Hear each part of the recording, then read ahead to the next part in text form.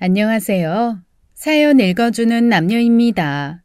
오늘도 와주셔서 감사드리며 그럼 오늘의 사연 바로 소개해드리겠습니다. 안녕하세요. 다른 분들의 사연을 듣다 보니 제 사연도 어디서 빠지진 않겠구나 싶어서 사연을 보내봅니다. 21살에 미용대학을 졸업해서 사회생활을 일찍 시작한 저는 27살에 지인의 소개로 남편을 만났어요. 특별히 엄청 잘난 것도 없지만 특별히 못난 점도 없는 사람이었고 착하고 묵묵한 성격이 마음에 들어서 2년 동안 얌전히 사귀었어요. 다른 사람들처럼 요란하게 깨볶으면서 살 순 없어도 큰일 없이 대판 싸울 일은 없을 것 같았습니다.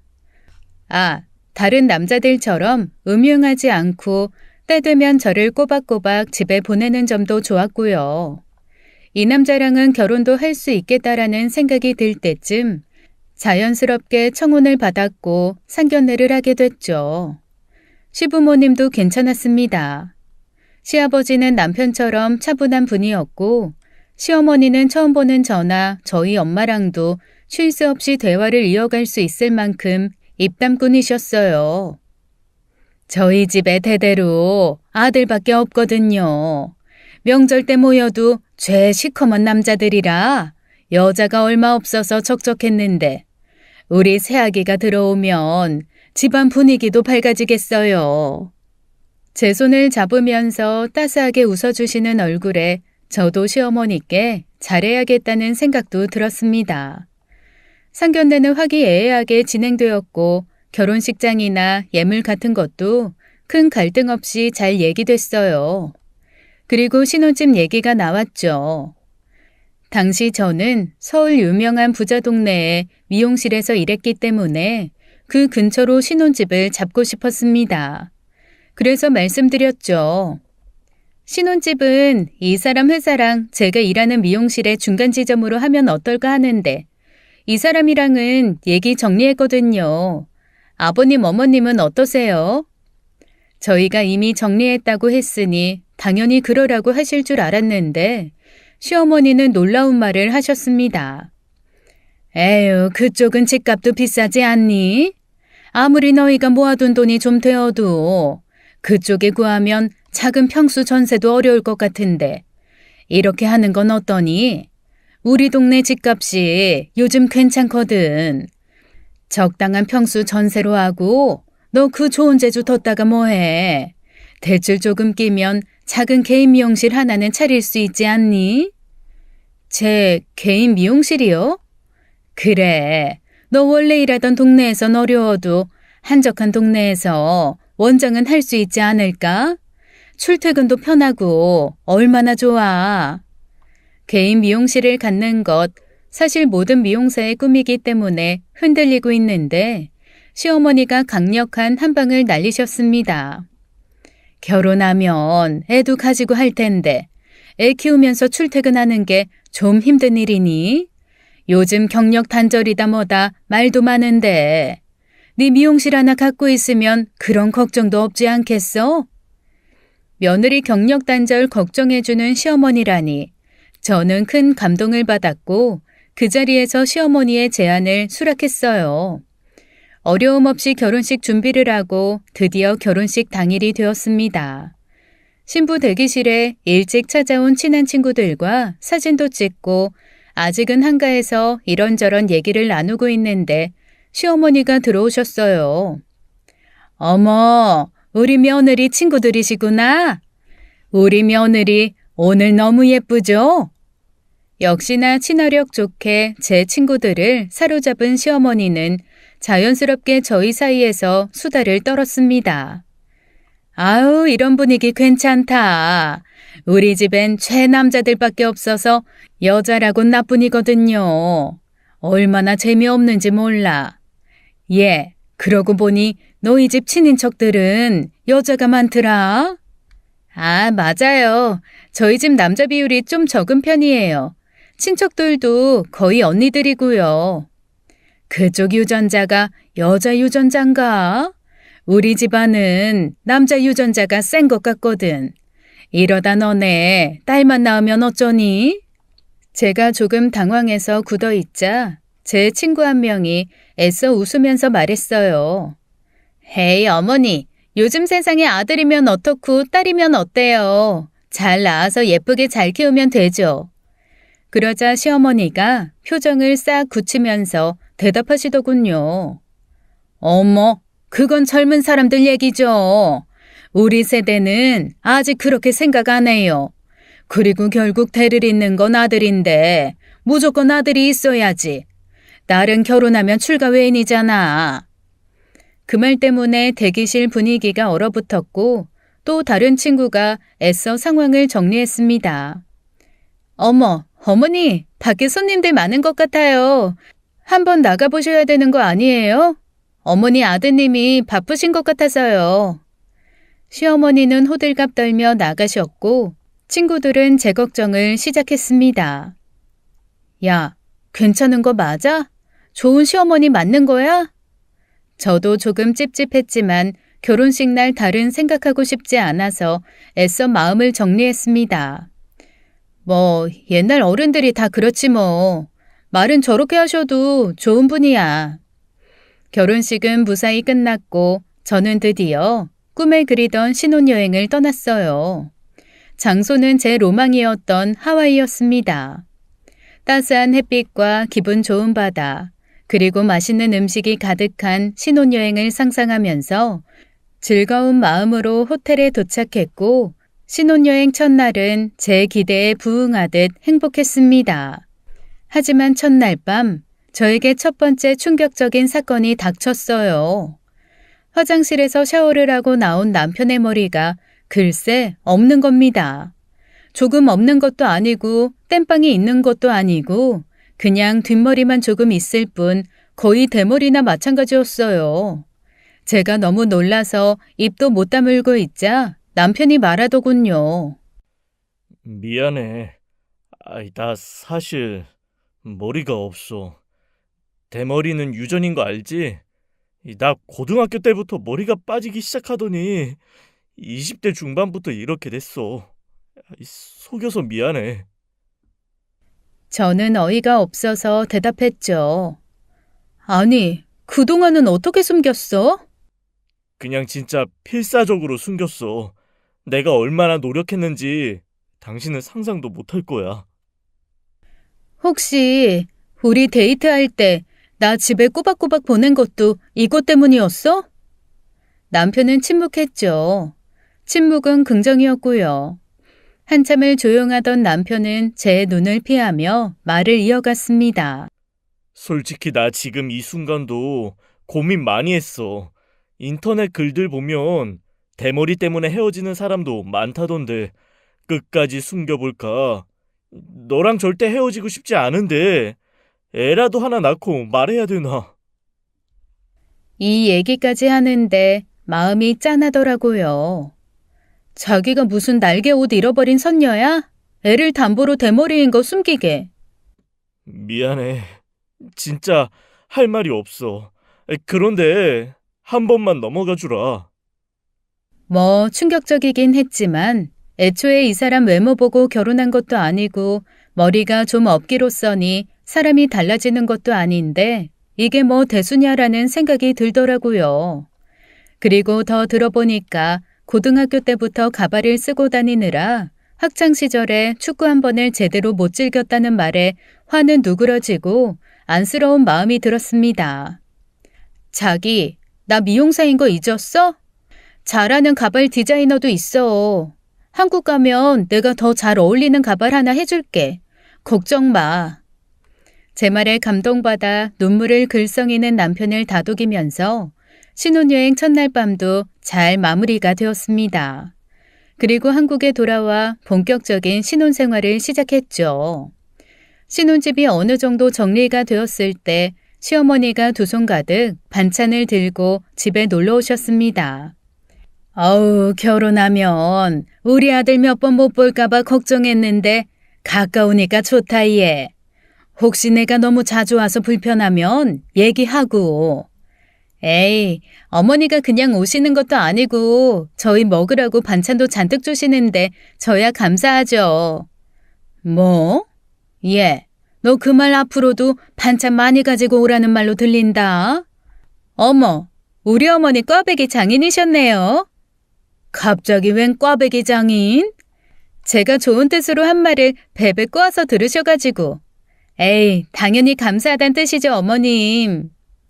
어쩐지 시어머니와의 대화 분위기가 조금 달라졌다고 생각했지만 저도 확 기죽는 스타일은 아니라서 적당히 받아쳤죠. 미용실은 언제 오픈할 거야? 아직 공사 중이지? 네, 안 그래도 나가보려고요. 이제 슬슬 인테리어 하시는 분들 오실 시간이라. 그래? 그럼 같이 가자. 이 동네 사람들 취향은 내가 더 잘 알잖아. 그렇게 저는 시어머니와 함께 미용실 인테리어 및 공사에 나섰습니다.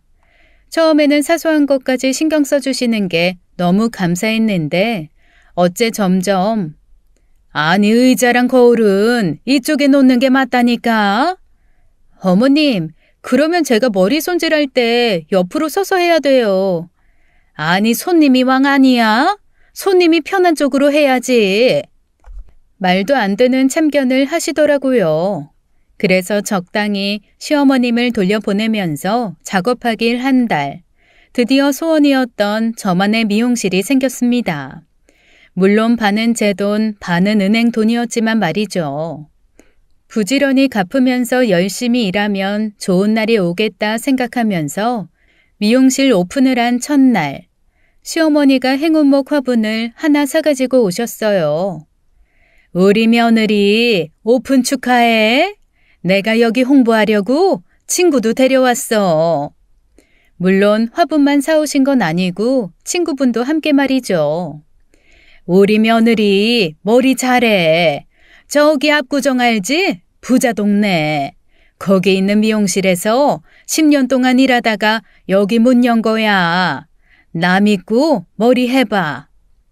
어머니 친구분은 기뻐하면서 의자에 앉으셨고 저의 첫 손님이 되었습니다. 하긴 이 동네에서 오래 사신 분이니 동네 친구들도 많을 것이고 그 친구분들이 아름아름 소문내주시면 좋은 거니까 시어머니의 마음 써주심에 감사했죠. 그래서 최선을 다해서 파마를 말아드렸습니다. 완성된 머리를 보면서 친구분도 너무 만족하셨어요. 너무 마음에 든다면서 머리를 자꾸 만져보는 친구분을 보며 뿌듯하게 웃고 있는데 시어머니가 입을 여셨습니다. 거봐, 내가 뭐라고 했어? 실력 장난 아니지? 그러네. 고마워, 우리 친구 며느리. 다 내 덕이라니까. 어깨가 한껏 올라간 시어머니를 보니까 저도 좀 뿌듯했습니다. 하지만 제가 너무 순진했던 걸까요? 시어머니의 다음 말이 너무 놀라웠어요. 고마워. 우리는 이제 갈게. 오늘 하루 열심히 일하고 이따가 우리 아들 밥도 잘 챙겨주고. 네? 어머니, 그 계산은? 어머 얘, 계산은 무슨. 내 얼굴 보고 온 내 친구인데. 시어미 친구 머리 해주고 무슨 돈을 받으려고 해? 저는 많이 당황스러웠지만 좋은 게 좋은 거다. 그래 첫날이니까 홍보 겸 좋은 마음으로 그럴 수 있다. 이런 생각으로 넘어갔습니다. 하지만 문제는 그날이 끝이 아니라는 거였어요. 다음 날도 또 그 다음 날도 시어머니는 친구분들을 데리고 오셨고 저에게 파마를 부탁한 후 계산 없이 미용실 문을 나섰습니다. 거봐, 우리 며느리 머리 잘하지? 다 내 덕분인 줄 알아. 나 아니면 자기가 어디서 실력 좋은 미용사한테 공짜로 파마를 받아보겠어? 이 말과 함께 말이죠. 이걸 어떻게 해야 하나? 가족이니까 그냥 이렇게 지나가는 게 맞는 걸까? 아니면 반값이라도 받아야 하는 걸까? 고민이 계속되던 날들이 지나갔고 어머니는 이제 매일 한 명씩 친구를 데려오는 것도 모자라 친구분들을 한 번에 미용실에 데리고 오셨어요. 오늘은 여기 이 친구 파마 좀 해줘. 자기는 여기 앉아. 그리고 우리는 여기 소파에 앉자고.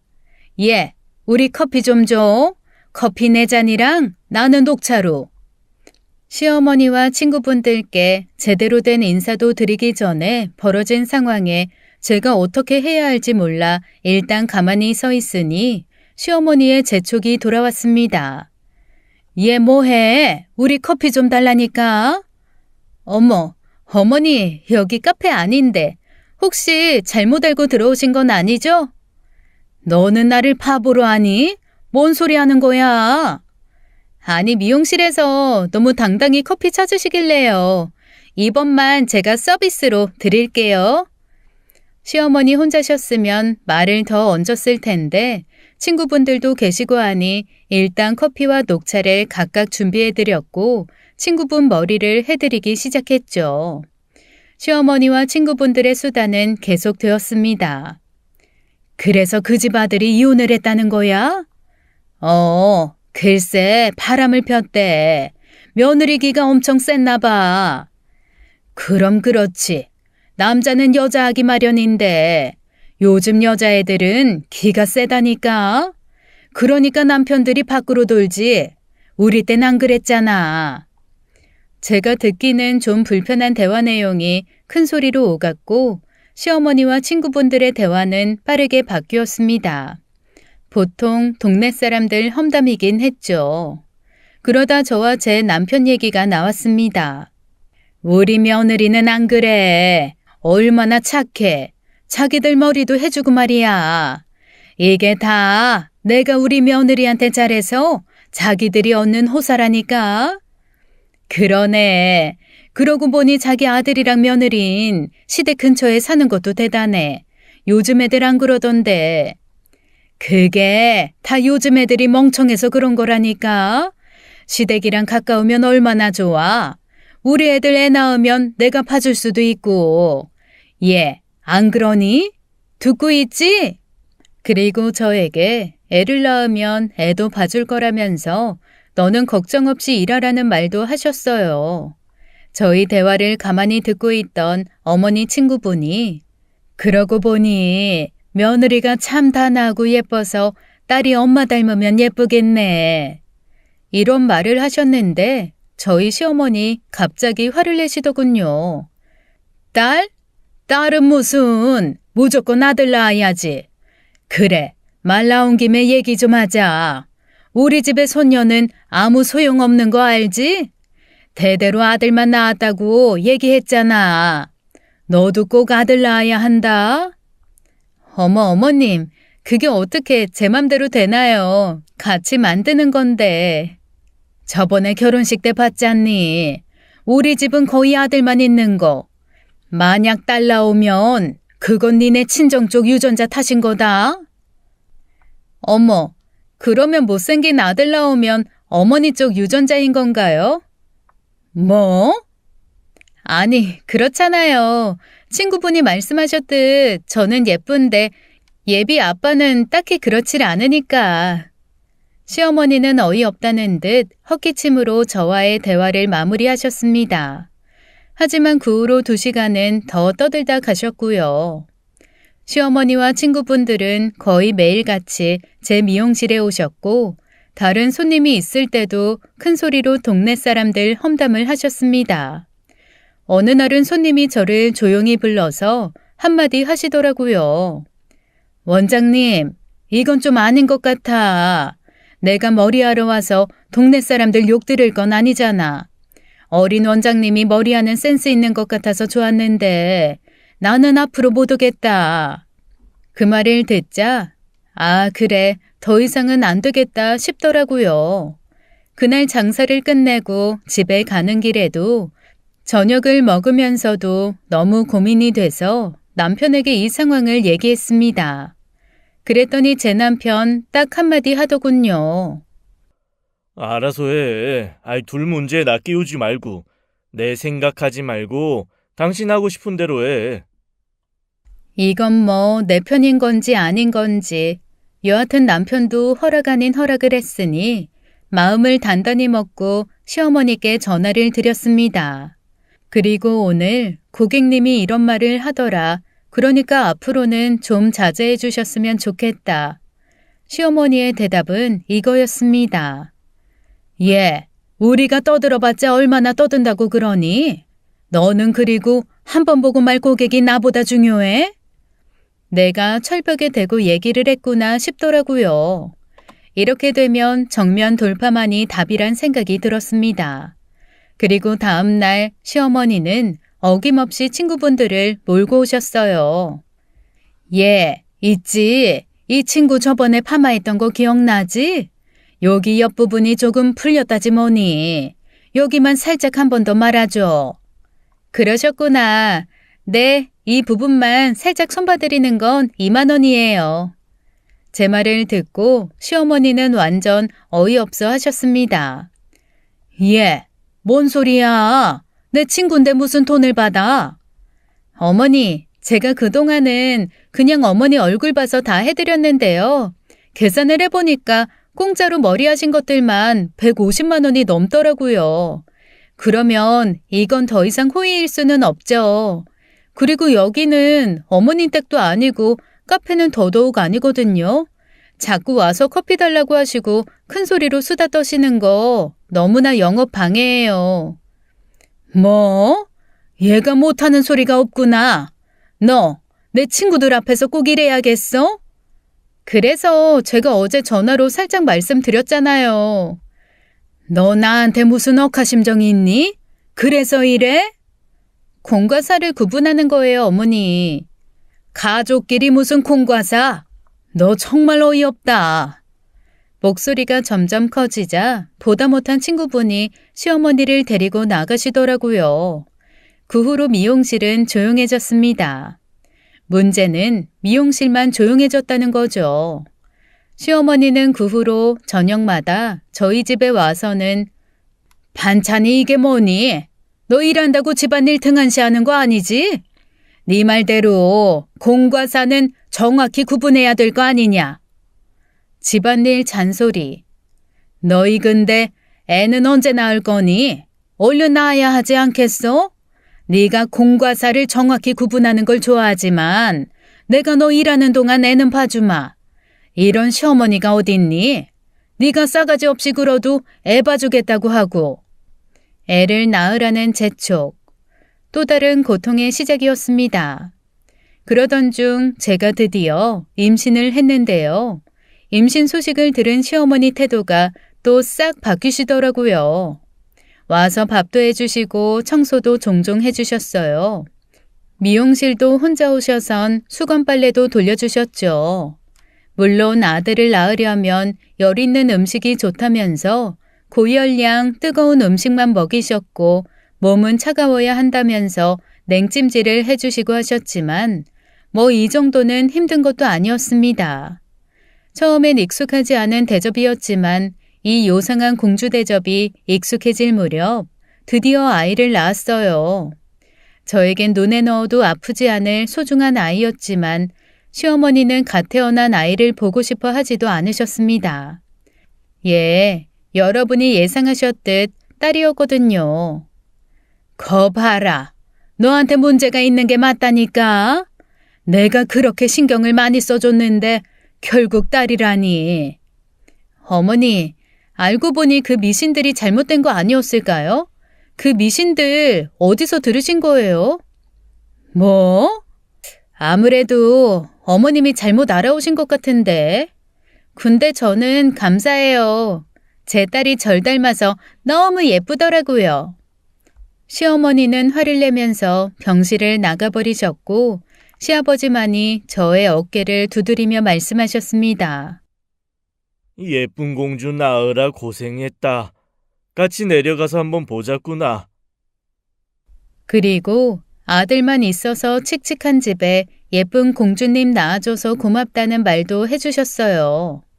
시어머니가 화내실 땐 눈물도 안 났는데 시아버지의 따뜻한 말을 들으니 눈물이 나더라고요. 그렇게 아이를 낳고 산후조리를 한 지 2주쯤 되었을 때 시어머니가 또 독한 말을 하시더군요.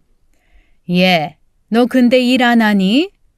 나 때는 애 낳은 다음 날부터 나가서 농사일했어. 너는 공과사 구분하는 걸 좋아하는 애니까 더더욱 나가서 일해야 되지 않겠니? 내 아들 혼자 돈 벌게 하지 말고 말이야. 원래 저였으면 차분하게 시어머니를 설득했을 텐데 그때는 저도 오기가 생겨서 아득바득 나가 일을 했습니다. 문제는 아이였어요.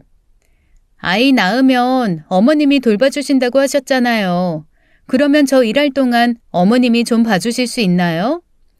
얘가 양심도 없다. 얘, 그건 아들 낳았을 때 얘기지. 내가 네 딸을 왜 봐주니? 그러게 아들을 낳았어야지.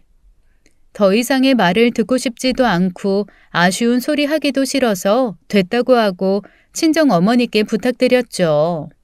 애 봐달라고 친정엄마 부르는 딸 되고 싶지 않았는데 결국 이런 상황이 돼서 마음이 너무 아팠지만 시어머니가 자꾸 독서를 하시니 저도 독해질 수밖에 없었어요. 대신 친정엄마에게 용돈을 넉넉히 드렸는데 그것도 알면 뭐라고 할 것 같아서 몰래 드려야 했습니다. 그렇게 독한 마음 먹고 친정엄마의 도움을 받아 미용실 운영과 육아를 같이 하던 어느 날 저는 둘째를 임신했어요. 그러니 또 시어머니 태도가 달라졌습니다. 저를 공주님 모시듯 하시더군요. 하지만 이번엔 속지 않았습니다.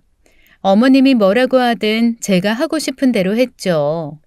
그리고 둘째 아이를 낳았는데 또 딸이었습니다. 시어머니는 또 극대노 하셨지만 저는 괜찮았어요. 시어머니 때문에 내가 딸을 낳은 걸 마음 아파하면 사랑스러운 제 아이들에게 나쁜 엄마잖아요. 이번에도 친정엄마의 도움을 받아 육아와 일을 모두 해냈습니다. 하지만 제가 독하게 마음먹고 우리 딸들을 사랑해주는 것과는 별개로 제 딸들에게 상처되는 일이 없는 건 아니었어요. 애들이 이제 대충 눈치껏 어른들 말을 알아들을 수 있는 나이가 될 때까지도 시어머니는 제 딸들을 남의 애 보듯이 했고 명절에도 용돈도 주지 않았습니다. 명절 용돈이야 안 줄 수도 있는 거지만 문제는 둘째네였어요. 제 아랫동서는 아들을 둘 낳았거든요. 아들의 환장한 시어머니가 예뻐 죽는 건 너무 당연했죠. 그쪽 손주들에겐 용돈이 뭐예요? 고기도 직접 구워서 입에 넣어주고 우리 딸들은 먹거나 말거나 신경도 안 쓰는 건 물론 인사도 제대로 안 받아줬어요. 언젠가 어린이날에는 둘째네 집에 선물을 바리바리 싸들고 가서 놀이동산까지 데리고 갔더군요. 그해 어린이날 저희 집에는 오지도 않으셨습니다. 시아버지만 슬쩍 오셔서 애들 맛있는 밥 사주셨어요. 차별은 날이 갈수록 심해져서 이제는 애들 앞에서 할 말 못할 말도 가리지 않았습니다. 저에 대한 구박은 참을 수 있었는데 아이들에 대한 구박은 참기가 어렵더라고요.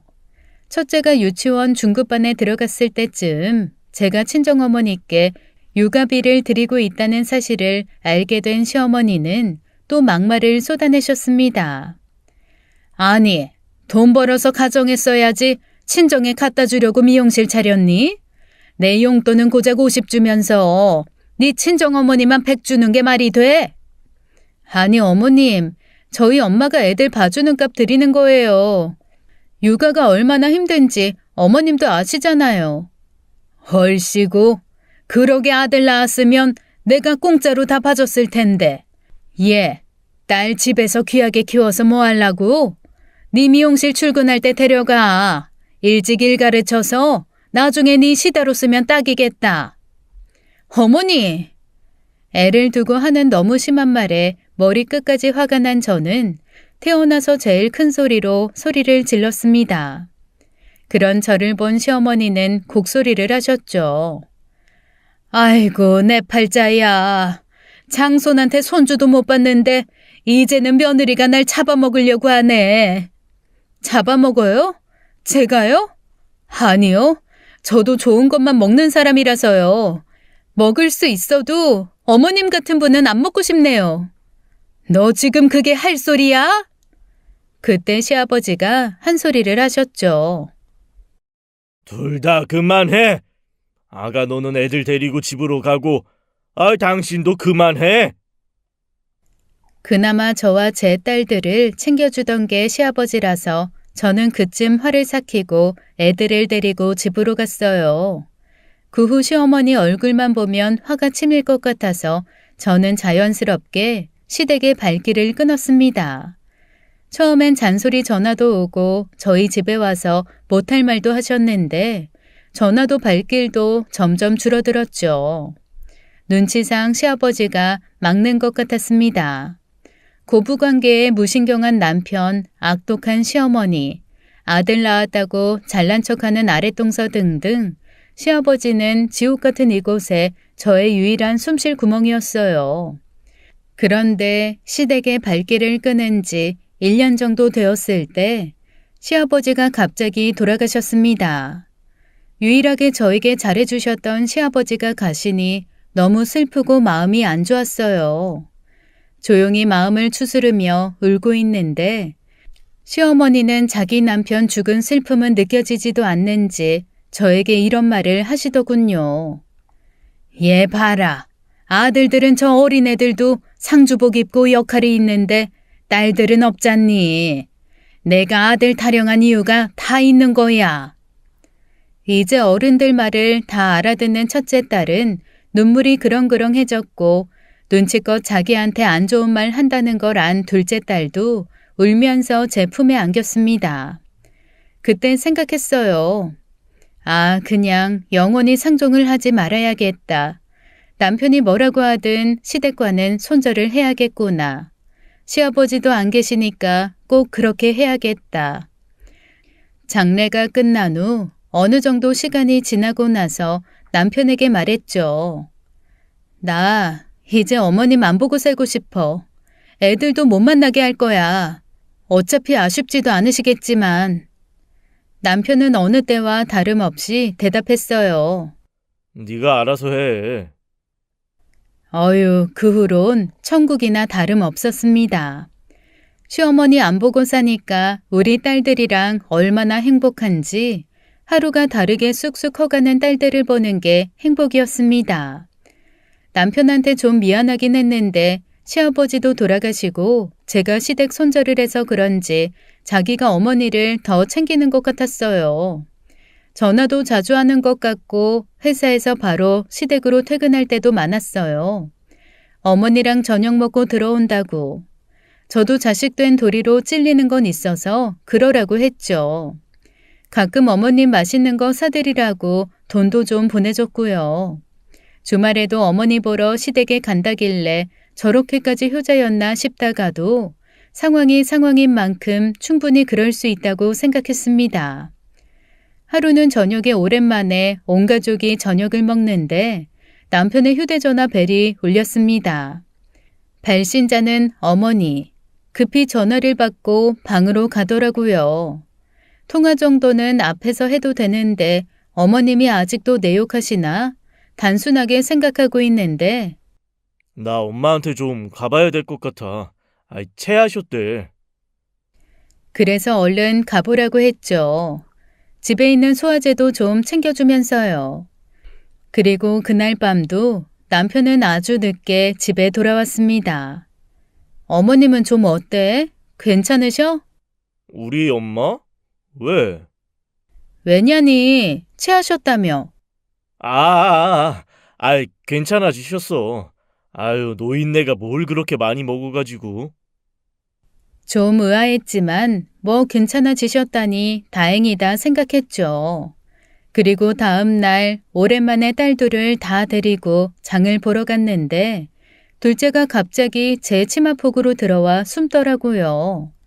놀라서 주변을 둘러보니 건너편에 저희 시어머니가 계셨습니다. 얼굴도 보기 싫지만 이렇게 마주쳤는데 모른 척하는 건 또 예의가 아닌 것 같아 인사를 드렸죠. 어머님, 안녕하세요. 안녕 못한다. 어제 체하신 건 좀 괜찮으세요? 체? 무슨 체? 나 안 아팠는데?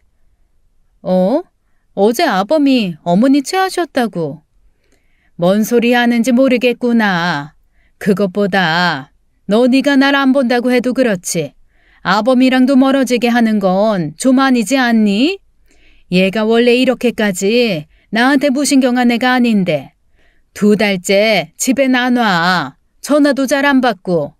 네가 다 시킨 거지?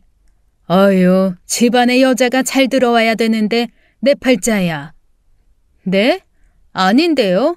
아범 맨날 어머님 댁에 가지 않아요? 헐시고 순진한 표정 집어치워라. 순진한 표정이라뇨. 저 어머님 앞에만 서면 얼굴이 절로 일그러져서 순진한 표정이 될 리가 없는데. 어머님이 저 너무 좋게 보시는 거 아니에요?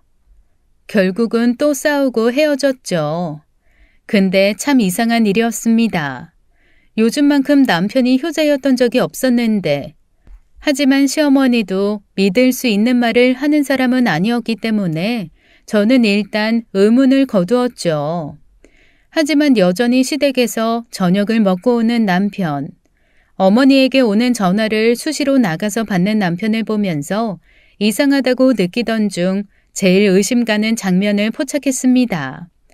어머니라고 저장된 사람과 톡을 나누고 있더라고요. 제가 아는 저희 시어머니는 톡은커녕 문자도 제대로 사용하기 어려운 분인데 저렇게 빠르고 능숙하게 톡을 나눈다는 게 영 이상했어요. 그 사이에 남편이 가르쳐 드렸나 라고 생각해도 답변이 너무 빨라 보였습니다. 여자의 직감은 무서운 법이므로 저는 확인에 나서야겠다고 생각했어요. 그리고 남편이 샤워하러 들어갔을 때 남편의 옷에서 핸드폰을 찾았죠. 그런데 옷에 핸드폰이 없더라고요. 가방에도 없었습니다. 이 인간이 화장실에서 볼일을 볼 때도 핸드폰을 가지고 들어가는 인간이 아닌데 의심은 확신이 되었고 촉은 쎄함이 되었어요. 그리고 언제든 핸드폰을 확인할 기회를 노렸습니다. 그리고 어느 금요일 밤 기회가 왔죠. 아주 술독에 빠져서 왔더군요. 술 냄새 사이에 섞여 있는 묘한 여자 화장품 냄새도 났습니다. 10년이 넘도록 맡아온 여자 헤어 제품 냄새도 미세하게 났죠. 저는 더더욱 확신을 했고 취한 남편의 옷을 뒤져 핸드폰을 꺼냈어요. 그리고 핸드폰을 열었는데 코웃음이 나왔습니다. 귀찮아서 그런 거 잘 해놓지도 않던 인간이 지문인식 비번을 걸어놨더라고요. 취해서 사리 분별 못하는 남편의 손을 집어 지문인식을 시켰죠. 핸드폰 화면이 열리고 저는 통화 목록부터 훑어봤습니다. 어머니랑 통화한 목록이 아주 많더라고요. 하루에 3번, 많게는 5번 이렇게까지 전화를 많이 했다고? 심지어 야밤에도? 너무 이상했어요. 제일 의심스러웠던 톡방에도 들어가 봤는데 이상하게 시어머니랑 나눈 대화창은 없더라고요. 문자함도 마찬가지였습니다. 대신 카드값 알림 문자가 잔뜩 쌓여 있었죠. 가관이었어요. 명품 한우 고깃집, 영화관, 한식집, 샤브샤브집, 얼씨구 파스타집. 어머님을 모시고 이런 곳에 갔을 리는 없잖아요. 평일 주말 할 것 없이 신나게 외식을 했더라고요. 어머님 성격상 특별한 날이 아니면 절대 집밥을 드시는 분인데도 말이죠. 저는 통화 목록을 다시 살피기로 했습니다. 그리고 어머니라고 저장된 목록 하나를 열었는데 뒷목에서 소름이 쫙 돋았어요. 제가 아무리 시어머니랑 연을 끊다시피 했어도 생신을 기억 못하는 며느리는 아니거든요. 시어머니 핸드폰 뒷자리는 분명히 시어머니 생신인 10월 13일, 즉 1013이었는데 어머니라고 저장된 이 번호는 뒷번호가 3451이었습니다. 그때부터 핸드폰을 든 손이 발발 떨렸어요. 믿고 싶지 않은 사실에 가슴이 터질 것 같았습니다. 하지만 얼른 이성을 찾고 통화 버튼을 눌렀죠. 시어머니가 절대로 하지 않았을 것 같은 외국 노래가 컬러링으로 들리더군요. 얼마 안가 상대가 전화를 받았습니다. 그리고 저에게 말했죠. 자기야, 이 시간에 웬일이야? 아직 집 도착 못했어? 속은 좀 괜찮고? 그러게, 너무 많이 마시지 말라니까. 누가 들어도 앳된 목소리에 애교스러운 말투. 머릿속에 이 생각만 딱 들었죠. 이 자식 바람 피는구나. 일단 전화를 끊었어요. 충격에 온몸이 떨려서 힘들게 진정시키고 있는데 진동과 함께 문자가 도착했습니다. 왜 갑자기 끊어? 그 미친년 일어났어? 걱정되니까 답장해. 이 미친년은 날 말하는 건가? 이 미친 자식이. 너무 화가 나서 당장 깨워줘 패고 싶었지만 지금 제가 받은 충격에 비하면 그건 너무 약하다는 생각이 들었습니다. 어떻게 하지? 어떻게 해야 이 자식이 제일 치욕스럽게 복수를 할 수 있지? 그때 문득 남편의 머리가 눈에 들어오더군요. 정확히는 제가 만들어준 가발이요. 그래서 저는 충동적으로 그 가발을 벗기고 사진을 찍었습니다. 밤이라 그런지 대머리가 더더욱 반짝반짝 빛나는 느낌이었어요. 그리고 이 여자한테 남편인 척 문자를 보냈죠. 있잖아. 나 솔직히 말할 게 있어. 바로 답장이 왔습니다. 뭐야? 말해. 저는 바로 사진을 전송했어요.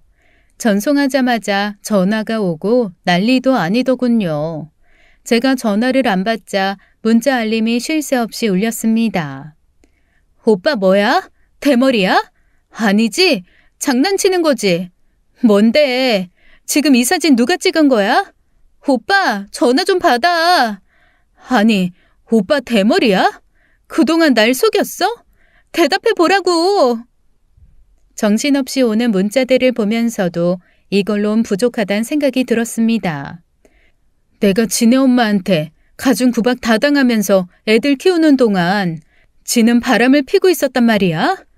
게다가 아버지 돌아가신 지 얼마나 됐다고. 이거 진짜 미친놈이네. 아주 여기저기 개망신을 주고 싶어지더라고요. 그래서 깨톡 어플을 켰고 남편의 회사팀 단체방에 들어갔습니다. 그 방에 30명 정도 있더라고요. 그걸 확인한 후 올렸습니다. 방금 찍은 대머리 사진을요. 이런 멘트와 함께요. 늦은 밤 죄송합니다. 사실 제가 대머리인데요. 요즘 너무 스트레스 받아서 혹시 탈모에 좋은 거 뭐 있는지 아시는 분 계신가요? 읽은 표시들이 마구 사라지고 사람들 반응은 다양했습니다. 아니, 이 늦은 시간에 이게 무슨 민폐입니까? 과장님, 이게 무슨 일이에요? 타박하는 사람부터 헐 한마디로 심정을 표현하는 사람들, 그리고 당황했는지 아무 답장을 보내지 않는 사람들, 어떤 직원은 착하게 검은 콩을 검색해서 보여주더라고요. 과장님, 검정콩이 탈모에 좋다고 하네요. 근데 과장님 머리가 아예 없으신 것 같아서 도움이 될지는 모르겠어요. 그 와중에도 저 직원의 말이 너무 웃겨서 깔깔 웃음이 났습니다.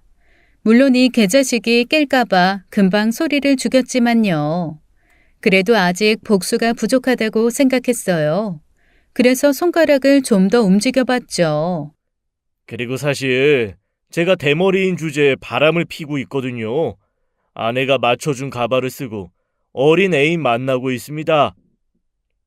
단톡방은 난리가 났습니다. 뭐? 아이, 미쳤어? 장난하는 거야? 다양한 반응이 있었어요. 그래서 어머니로 저장된 내연녀가 보낸 문자를 캡처해서 단톡에 보냈습니다. 장난 아닙니다. 아니, 모르게 하려고 어머니로 저장해서 연락하고 있는데 이 방법이 언제까지 통할지 모르겠어요. 혹시 조언 주실 분 계신가요? 싸늘하게 얼어붙은 단톡방에 마지막 킥을 한 방 더 날렸죠. 아이, 그런데 애인한테도 대머리인 걸 들켰어요. 저 어떻게 해야 될까요? 아무도 답장 없던 그때 부장님이 한마디 하셨습니다.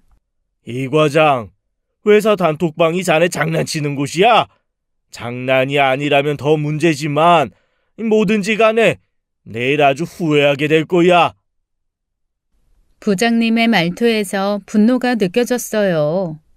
쌤통이다 이 자식아. 내일 회사 가서 따가운 눈총 좀 느껴봐라. 그런데 문득 이런 생각이 들더라고요. 회사야 옮기면 그만이잖아요. 이놈의 인간관계를 박살내고 싶다는 생각이 들더라고요. 그래서 이번엔 친구들 단톡에 들어갔습니다. 그리고 똑같이 대머리 사진을 올렸죠. 사실 나 고등학교 때부터 탈모였어. 그동안 니네들한테도 숨겨서 미안해. 역시 읽음 표시가 빠르게 줄어들었고 별의별 대답들이 다 왔습니다. 친구들이라 그런지 진지하게 대머리에 대한 고민 상담을 해주더라고요. 그래서 남편의 고민 하나를 더 던져주었습니다. 사실 나 고민이 하나 더 있는데, 사실은 나 지금 애인이 있거든? 친구들 반응은 난리가 났죠. 와이프 말하는 거야? 뭐 와이프도 애인이긴 하지. 아니, 애인이 따로 있어. 지금은 애인 번호를 어머니로 저장해서 몰래 만나고 있긴 한데, 더 좋은 방법 없을까? 단체 톡방은 얼어붙었어요. 아무도 대답을 하지 않았죠. 그러던 중 딱 한 명이 답장을 보냈습니다. 이 새끼 미친놈이었네? 야, 너 같은 놈을 친구라고 생각한 내가 별로다. 이걸 물어보면 좋다고 고민 상담해 줄 줄 알았냐? 당장 연락 끊어 이 자식아. 손절하자. 그러자 다른 친구들도 연이어 답장을 보냈어요. 실망했다. 당분간 얼굴 보지 말자. 부끄러운 건 네 대머리가 아니라 바람이야 임마. 그리고 다들 단체 톡방을 나가버렸어요. 15명이 있던 단톡에는 오직 남편 이름 하나만 남았죠. 그리고 그때 어머니에게 전화가 또 왔습니다. 이번에는 전화를 받았죠. 여보세요? 미친년입니다. 네? 네 오빠한테 건 전화 미친년이 받았다고요. 네? 오빠는요? 네 대머리 오빠 지금 취해서 자빠져 자고 있고요. 이혼할 거니까 평생 이 대머리랑 붙어먹든 알아서 하세요. 아니 근데 진짜 오빠 대머리예요? 참나, 이 상황에서도 그걸 확인하고 싶은가?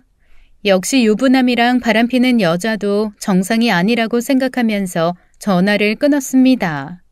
그리고 이번엔 문자함에 들어갔죠. 거래처 사람들이랑 나눈 대화들이 많더라고요. 거래처 사람들한테도 이 인간이 얼마나 쓰레기인지 알려줘야겠다는 생각이 들었습니다. 영업직인 사람에게 최악의 복수였죠. 그래서 거기에 하나씩 사진과 문자를 보내주었습니다. 대머리 사진 한 장과 저는 지금 바람을 피고 있습니다라는 문자 하나. 아마 당분간 이 업계에선 일 못할 텐데 어차피 이혼할 사람 앞날 제 알바인가요.